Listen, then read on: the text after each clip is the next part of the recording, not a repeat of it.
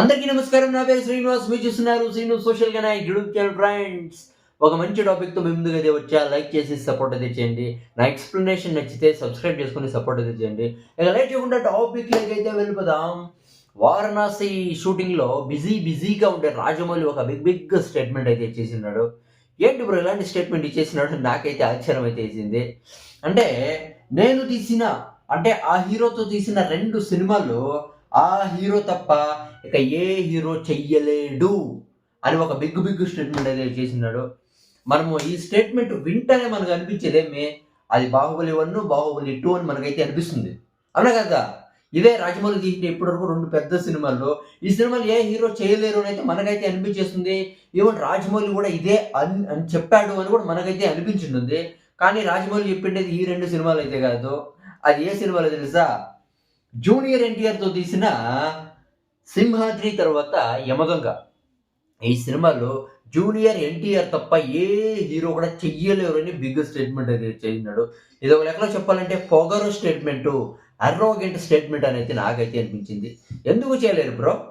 అంటే సింహాద్రి తర్వాత యమదొంగ సినిమాలో వేరే హీరోలు చేయలేరా? అవునా కదా? అంత కష్టంగా ఉన్నాయి ఆ సినిమాలు ఏమన్నా? ఈవెన్ చెప్తామంటే అవి బ్లాక్ బస్టర్ హిట్ సినిమాలు, చాలా పెద్ద హిట్ అయిన సినిమాలు అవి. అవునా కదా? సింహాద్రి తర్వాత యమదొంగ 2 పెద్ద హిట్ అయిన సినిమాలు. కానీ వేరే హీరోస్ చెయ్యొచ్చు. అంత కష్టం ఉండవు ఏమన్నా? వేరే హీరోస్ కూడా చేయొచ్చు. రామ్ చరణ్ చేయొచ్చు, ప్రభాస్ చేయొచ్చు, ఇంకా లెక్కలేని హీరోస్ అయితే ఉన్నారు. వాళ్ళు కూడా చేయొచ్చు. కానీ మనమే చూడమంతే. ఎందుకంటే ఆల్రెడీ ఎన్టీఆర్ ఆ సినిమాలో చూసినాం కాబట్టి, ఎన్టీఆర్ అద్రిపోయి యాక్టింగ్ చేసినాడు కాబట్టి. అవునా కదా? యమదొంగ సినిమాలో కూడా అద్దిరిపోయి యాక్టింగ్ చేసినాడు కాబట్టి, ఎన్టీఆర్ ఆల్రెడీ చూసాం కాబట్టి ఆ సినిమాల్లో మళ్ళీ వేరే హీరో చేస్తే బాగుంటుంది అనేది మనకైతే అనిపిస్తుంది. అవునా కదా? కానీ ఏ హీరో చెయ్యలేడు ఆ సినిమాలో ఆ హీరో తప్ప ఏ హీరో చెయ్యలేరు అనేది ఓన్లీ పొగరు స్టేట్మెంటు, అరోగెంట్ స్టేట్మెంట్లు. అవునా కదా? ఇప్పుడు బాహుబలిలో జూనియర్ ఎన్టీఆర్ని ఊహించుకునేది అవుతుందా? అవ్వదు. అవునా కదా? కానీ జూనియర్ ఎన్టీఆర్ చేస్తాడంటే చేస్తాడు.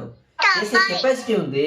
కానీ మనం చూడమంతే. అవునా కదా? ఇప్పుడు మగధీరలో జూనియర్ ఎన్టీఆర్ని ఊహించుకునేది అవుతుందా? అవ్వదు.